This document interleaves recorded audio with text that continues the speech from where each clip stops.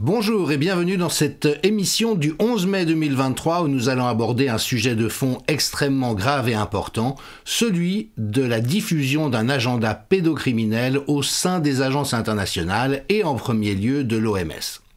Alors je sais à quel point une assertion comme celle que je viens de proférer est lourde de sens et d'implication, et tout ce que je présente sur cette chaîne, je le rappelle une fois de plus, est sourcé et vérifiable. Je me réfère aux meilleures sources disponibles, et donc ce que nous allons couvrir aujourd'hui dans toute son horreur correspond à des réalités que toute personne honnête et intéressée peut vérifier par elle-même. Un point de départ de cette exploration tiendra dans cet événement, ce fait divers qui s'est produit récemment dans une école en France, où à des élèves de CM2, dans le cadre d'un cours dit d'éducation sexuelle, eh bien l'infirmière en charge du cours a communiqué un certain nombre de choses qui ont bien sûr choqué les parents, mais aussi surtout les enfants. Par exemple, pour le plaisir, une fille suce le pénis du garçon, on peut faire le sexe dans les fesses.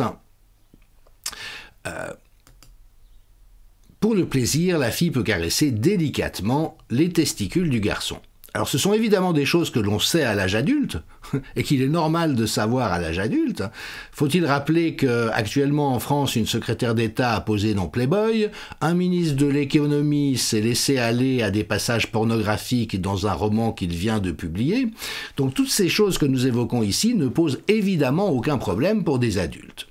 Par contre, lorsque des enfants âgés de 8 à 10 ans sont confrontés de manière directe et brutale à ces réalités d'adultes, eh bien il en résulte un profond désarroi. Et donc, Sophie Audugé de SOS Éducation a exprimé comment des enfants s'étaient bouchés les oreilles et s'étaient cachés les yeux de peur en attendant de pareilles choses. Et donc SOS Éducation, mais également Maman Louve, ont réagi en interpellant le ministre de l'Éducation sur les programmes en question, mais c'est bien tout le sujet de l'émission. Il faut aussi rappeler un contexte général de banalisation d'un certain nombre de choses, dont l'exposition des très jeunes enfants à des drag queens, à des personnes travesties ou transsexuelles, ce qui évidemment fait polémique, et puis avec une culture woke qui aujourd'hui refuse tout questionnement de ces réalités, voire toute critique de ces réalités. Donc dans Tétu, qui est un magazine historiquement de défense de la culture gay, ben vous voyez que quand on prend la décision de ne pas exposer des enfants en bas âge à des situations comme celle-là, ceci est pris comme de la haine anti-drag queen, de la discrimination de la part du lobby réac. Et donc tout ceci, évidemment, pose question. Ainsi que cette culture de la soi-disant transition de genre, par laquelle on banalise le fait qu'on peut en quelque sorte être né dans le mauvais corps et que par des opérations de chirurgie lourdes, il est possible de revenir à sa vraie nature, ce qui évidemment pose toutes sortes de questions, non seulement dans le phénomène lui-même, encore une fois, qu'un adulte choisisse une transition de genre parce qu'en son âme et conscience, c'est ce qu'il estime devoir vivre, pourquoi pas ? Mais que l'on banalise et surtout l'on fasse une certaine promotion de ces réalités, notamment sur les enfants, a évidemment d'autres implications. Donc là, je vous montre des extraits d'une émission de télé-réalité qui a été diffusée aux Pays-Bas, où vous voyez des adolescents ou des jeunes personnes. La personne dans l'image en haut à gauche a subi une mastectomie, donc s'est fait retirer, s'est fait mutiler de ses deux seins. On présente ces personnes carrément dénudées devant les enfants, de sorte à ce qu'elles puissent, avec des témoignages des personnes ayant été mutilées, disant qu'elles avaient ressenti une forme d'euphorie à l'occasion de cette opération, et donc des enfants âgés, je crois, de 11 ou 12 ans en l'occurrence, qui disent « oui, c'est vrai qu'au début on se dit berk, mais qu'à la fin on se dit que c'est parfaitement normal ». Seulement, est-ce parfaitement normal Et est-il sain d'exposer des enfants avec des exemples de personnes qui, à l'adolescence, n'ont pas encore complété leur maturation psychique? Ce sont des questions qui se posent, sachant qu'il y a là encore un agenda important qui se déchaîne dans beaucoup de pays, et notamment en Californie, où vous voyez désormais des ados qui considèrent que leurs parents ne les comprennent pas dans leur sentiment d'être transgenre, peuvent demander à ce que la garde soit retirée aux parents et à être mise sous la protection d'une famille d'accueil ou des services de l'État à partir de l'âge de 12 ans.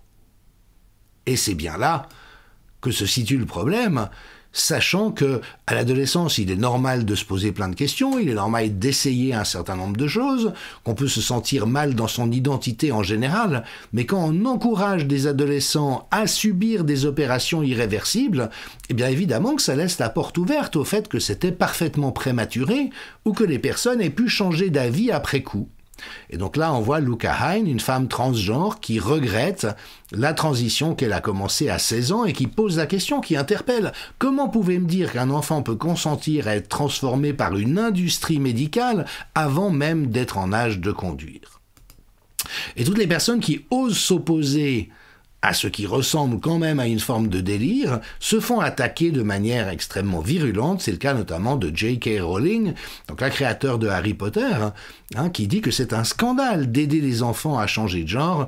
Et Jordan Peterson, le grand psychologue canadien, dit c'est absolument barbare, c'est criminel, c'est du déni, c'est impardonnable, c'est la descente aux enfers et l'effondrement moral de l'Occident.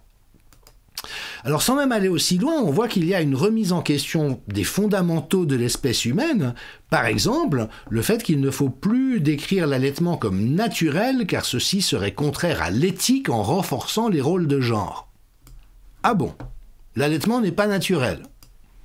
Et puis le planning familial français nous a tous surpris en décrétant que les hommes aussi pouvaient être enceints. Ce qui me concerne, ça m'est jamais arrivé, mais s'il y a des hommes à qui cela est arrivé naturellement et spontanément, qu'ils se signalent. Et donc, cette culture de la négation, du déni de réalité, de la cancellation, dit-on en anglais. Et vous voyez par exemple qu'un adolescent de 16 ans au Canada encore, en Ontario, dans une école, dans un lycée catholique, s'est fait arrêter pour avoir dit que Dieu avait créé l'être humain en deux genres, hommes et femmes. Alors, on conteste cette affirmation, pourtant, si on observe les bassins humains, si des archéologues dans quelques millénaires déterrent vos restes, ils sauront dire si vous étiez un homme ou une femme en fonction de l'ouverture de votre bassin, mais si on énonce quelque chose comme ça, désormais, on est susceptible d'être arrêté et d'avoir de sacrés ennuis, en tout cas dans certains pays. Alors entendons-nous bien, nous avons tous été profondément émus et bouleversés par les travestis dans Almodovar, et de nouveau, que des adultes en leur âme et conscience, après être passés par toutes les turbulences de l'adolescence, se posent des questions, c'est une chose, mais nous devons nous interroger sur cette espèce d'imaginaire dégradé, dégradant, sexualisé à outrance et diabolique qui sévit, comme par exemple ici, lors de la semaine de la mode de Londres. Et lors d'un défilé, cette espèce de créature improbable avec tous les sens sous-entendus est apparue sur scène et, nous rapportent les journalistes, des enfants ont dû quitter les lieux terrorisés. Alors pour en venir au cœur du sujet, Robert Malone, donc l'inventeur des vaccins ARN messagers, dit « Il y a un agenda pédophile qui est en voie de normalisation au sein des Nations Unies et qui part de l'idée profondément pervertie que les enfants doivent avoir des partenaires sexuels, quel que soit leur âge. » Et donc il importe de se questionner sur la réalité de ce phénomène. Et pour ce faire, je me réfère évidemment à la grande connaisseure en langue française, Ariane Biran, qui vient d'accorder un entretien à Carl Zero, que je vous conseille de visionner. Il est disponible en grande partie sur YouTube, sur ce projet de l'éducation sexuelle selon l'OMS. Et Ariane Biran est l'auteur du livre « L'imposture des droits sexuels ». La loi du pédophile au service du totalitarisme mondial, et donc tous les éléments vérifiables que j'énonce dans cette vidéo, dans cette émission, peuvent être trouvés dans son livre, ainsi qu'un certain nombre de références que j'indiquerai. En ce qui concerne la formalisation, donc l'OMS, l'Organisation mondiale de la santé, a défini des standards pour l'éducation sexuelle en Europe. Alors ça n'est pas contraignant, mais c'est vivement recommandé. Évidemment que ça diffuse à travers toute l'idéologie sanitaire. Ensuite, à travers des textes de stratégie nationale dite de santé sexuelle. Alors, la santé sexuelle pour les adultes ou les adolescents, c'est une question importante, mais le problème, c'est que cette idéologie véhicule l'idée que l'enfant pourrait être consentant à une sexualité avec un adulte selon ses capacités évolutives. Alors les citations sont extraites d'un résumé de lecture dont je vous mets la référence en bas d'écran. Et puis, bien sûr, recommander aussi l'excellent blog Donde Vamos, où une journaliste, c'est à mon sens le meilleur blog, le plus complet sur la question de la pédocriminalité et de la pédophilie et des scandales que cela soulève. Donc, n'hésitez pas là encore à vous y référer.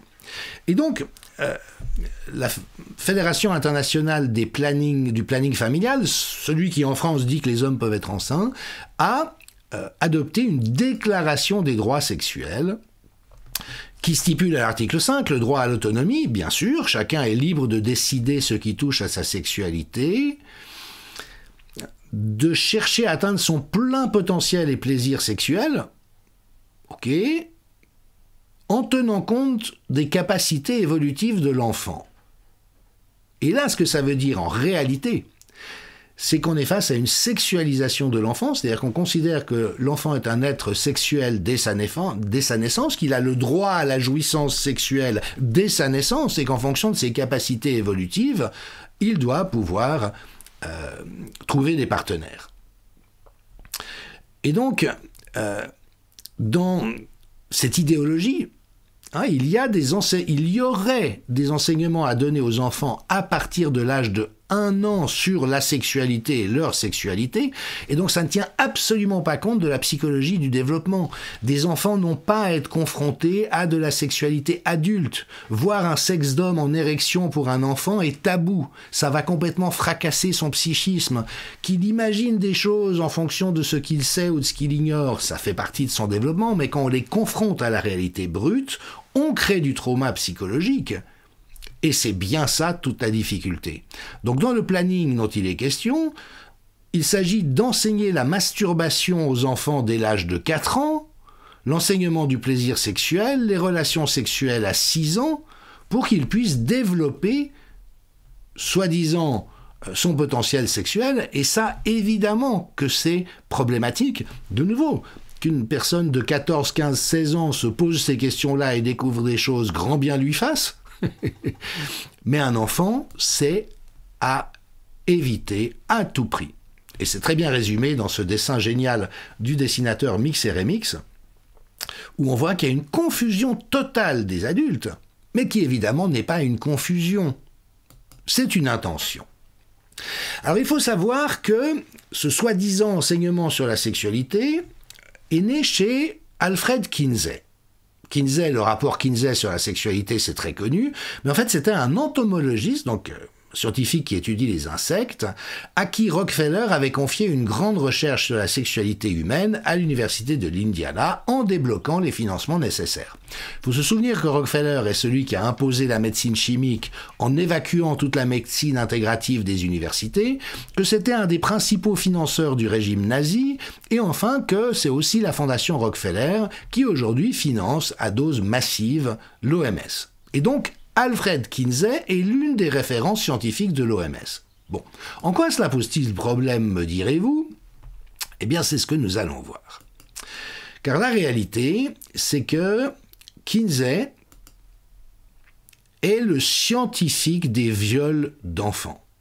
D'après les recherches de Judith Reisman, qui a travaillé pour le département de la justice américaine, Kinsey était lui-même un déviant sexuel grave, un pédocriminel.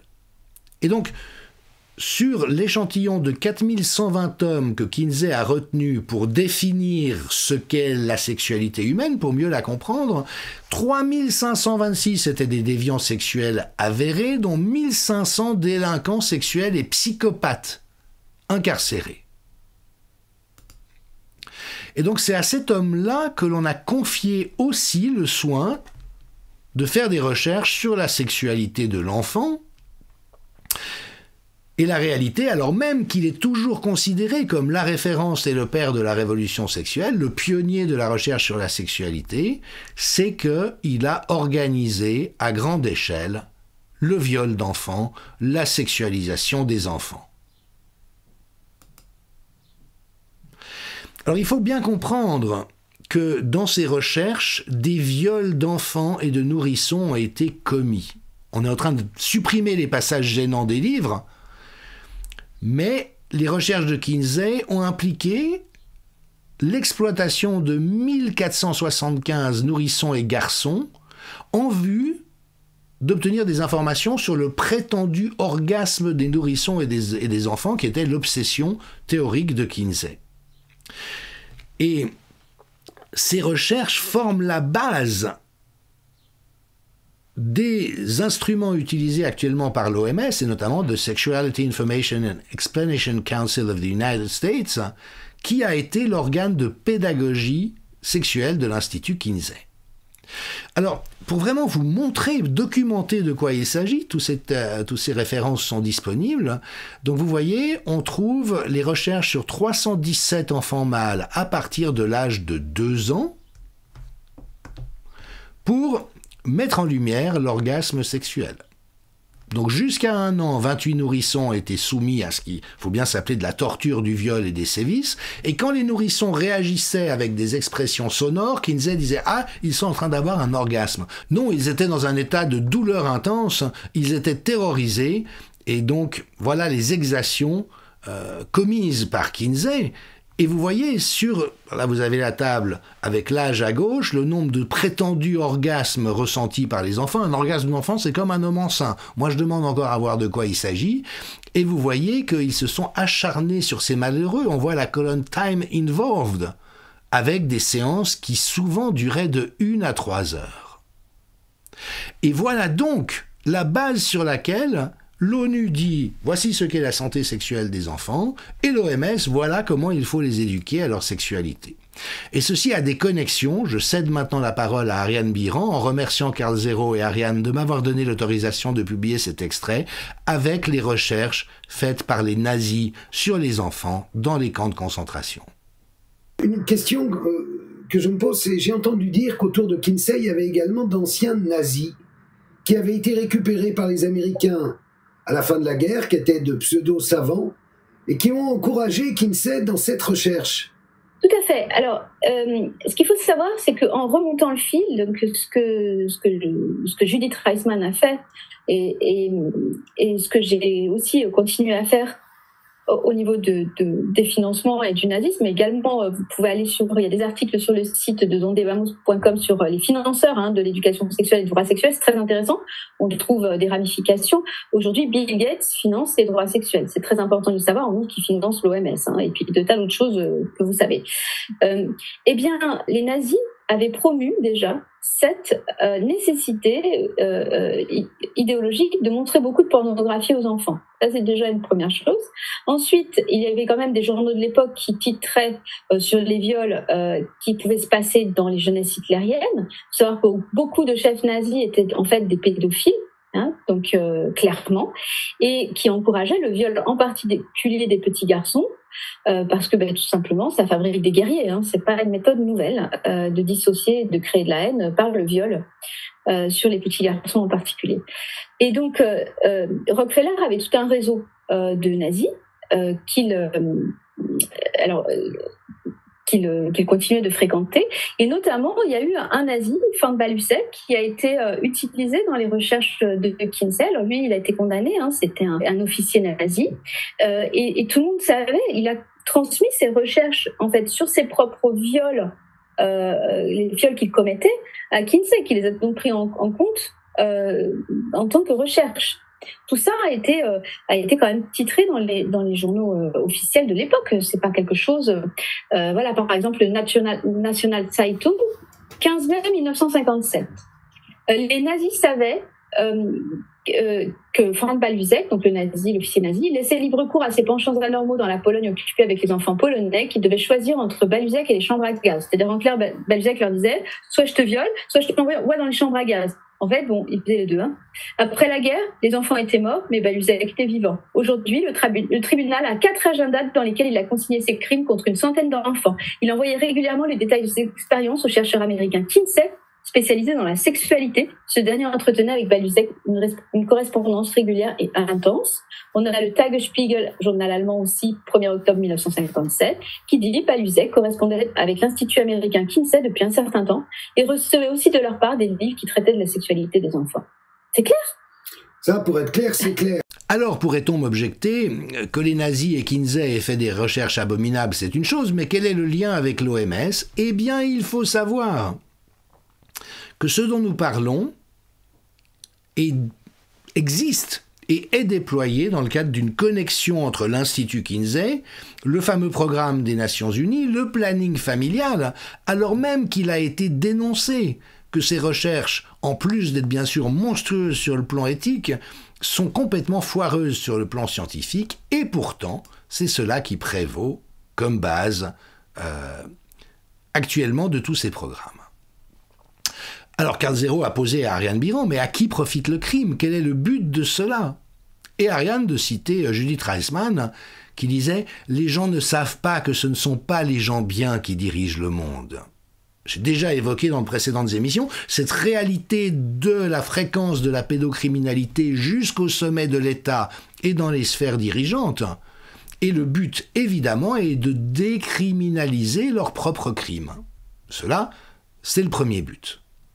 Si on légitime le fait qu'il est naturel pour un adulte d'avoir une attirance pour des enfants, que c'est une forme de sexualité comme une autre, et dès lors que l'enfant est consentant, et qu'est-ce qu'un consentement d'enfant à une approche sexuelle de la part d'un adulte, eh bien ma foi, il n'y a pas lieu d'y trouver le moindre mal, ni surtout de sanctionner cela au regard d'une quelconque loi, eh bien on comprend que ces individus ont le champ libre.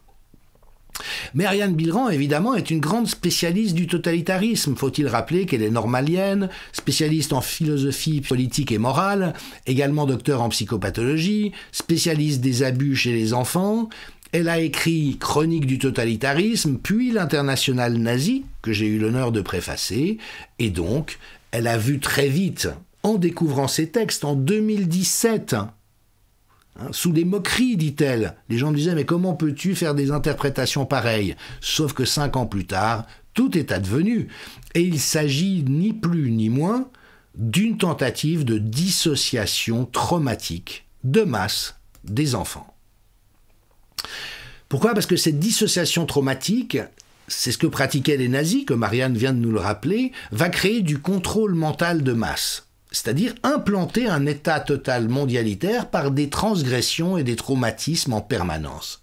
C'est ce que nous avons vécu depuis 2020 à l'échelle générale. Faut-il rappeler le « nous sommes en guerre » énoncé à 6 reprises par Emmanuel Macron, face à un virus dont nous savons aujourd'hui qu'il n'était pas plus grave que la grippe, et qu'il aurait pu être géré de manière parfaitement naturelle avec les moyens habituels comme l'a fait la Suède. Mais qu'avons-nous vécu depuis le mois de mars 2020 et cette funeste annonce d'un président psychopathe?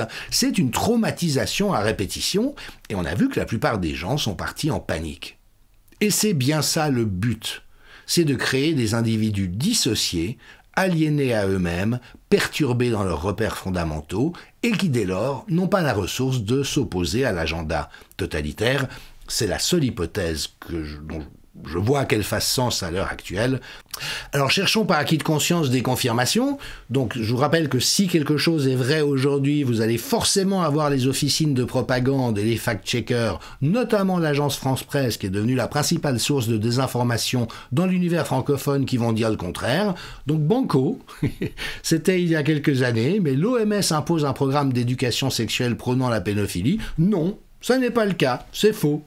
Bon, nous, en tout cas, ça nous met sur la piste que nous avons une confirmation. Et puis, vous voyez, 20 minutes, non, l'ONU ne veut pas légaliser la pédophilie et imposer des droits sexuels.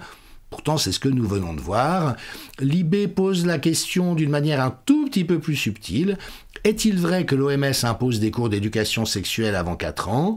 Alors ils répondent pas non, mais ils disent ça n'est pas contraignant, ce qui évidemment est une fiction, parce que la France s'est engagée. Et puis vous voyez que dans le détail, on trouve bien, il est suggéré d'informer les enfants dans la tranche d'âge de 0 à 4 ans, sur le plaisir et la satisfaction liés au toucher de son propre corps, la masturbation enfantine précoce. Donc voilà, malgré les dénégations, ou plutôt confirmées par les dénégations, la réponse est hélas oui. Vous dire encore que 22 pays ont bloqué une motion des Nations Unies en faveur de l'éducation sexuelle pro-LGBT des enfants. Et encore une fois, il ne s'agit pas de tolérance, il ne s'agit pas de compréhension de formes marginales de sexualité adulte, il s'agit de promotion active du courant LGBT, alors que la différenciation des sexes et la différenciation des générations avec l'interdit de la pédophilie et de l'inceste est au fondement de toute civilisation humaine, c'est cela qui permet de structurer le psychisme.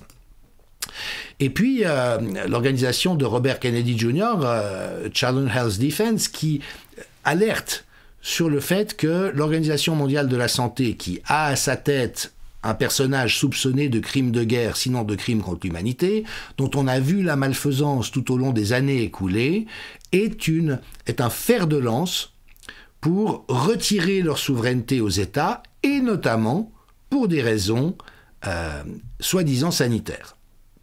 Et en France, Emmanuel Macron a bien dit il faut remettre tout notre pouvoir à l'OMS, il faut faire une entière confiance en l'OMS, qui est la seule instance habilitée à s'occuper de santé à l'échelle internationale. Alors je terminerai cette intervention avec un rappel d'Alexandre Solzhenitsyn. Je ne vais pas vous lire toute la citation, vous l'avez à l'écran et vous pourrez la décliner, mais dans son fameux discours sur le déclin du courage en Occident prononcé à l'université de Harvard en 1978, Alexandre Solzhenitsyn disait que le déclin du courage est peut-être le trait le plus saillant de l'Occident aujourd'hui. Et malheureusement, Dieu sait si ça se laisse observer. Et j'aimerais pour ma part lancer un appel aux hommes. Où êtes-vous? Où sont les hommes aujourd'hui? C'est notre responsabilité biologique, anthropologique, sociétale de protéger les femmes et les enfants. Au prix de notre vie si cela est nécessaire.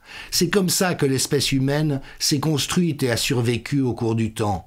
C'est notre responsabilité, les femmes et les enfants d'abord, et puisque nous avons de la force physique, puisque nous avons de la testostérone qui nous donne de l'agressivité, laquelle est une valence biologique, je ne parle pas d'agression, je parle d'agressivité, oui, c'est à nous les hommes de monter au créneau et de faire ce qu'il faut pour mettre en échec cet agenda de dégénérés pédophiles qui aujourd'hui, hélas, a infiltré les esprits.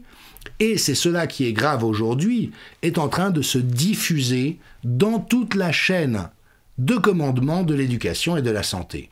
Nous l'avons vu au cours de la crise Covid, des braves gens, des gens qui étaient nos collègues, qui avaient une éthique saine, qui n'auraient jamais fait de mal à personne en temps normal, se sont transformés en relais impitoyables d'un agenda totalitaire. Et aujourd'hui, les instituteurs, les infirmiers scolaires, les assistants sociaux, les professeurs d'université, les ministres, les préfets, les policiers sont prêts à se transformer en soutien de la pédocriminalité. Et c'est là où il s'agit pour nous de les mettre en échec. Bravo, Maman Louve, mais il est temps pour les hommes de reprendre leur pouvoir, de réaffirmer les valeurs fondamentales et de s'activer dans cette direction. Le 13 mai, il y aura à Paris, un colloque sur la dérive totalitaire sur les enfants, diagnostic, causes, conséquences et solutions, comment retrouver les principes vertueux.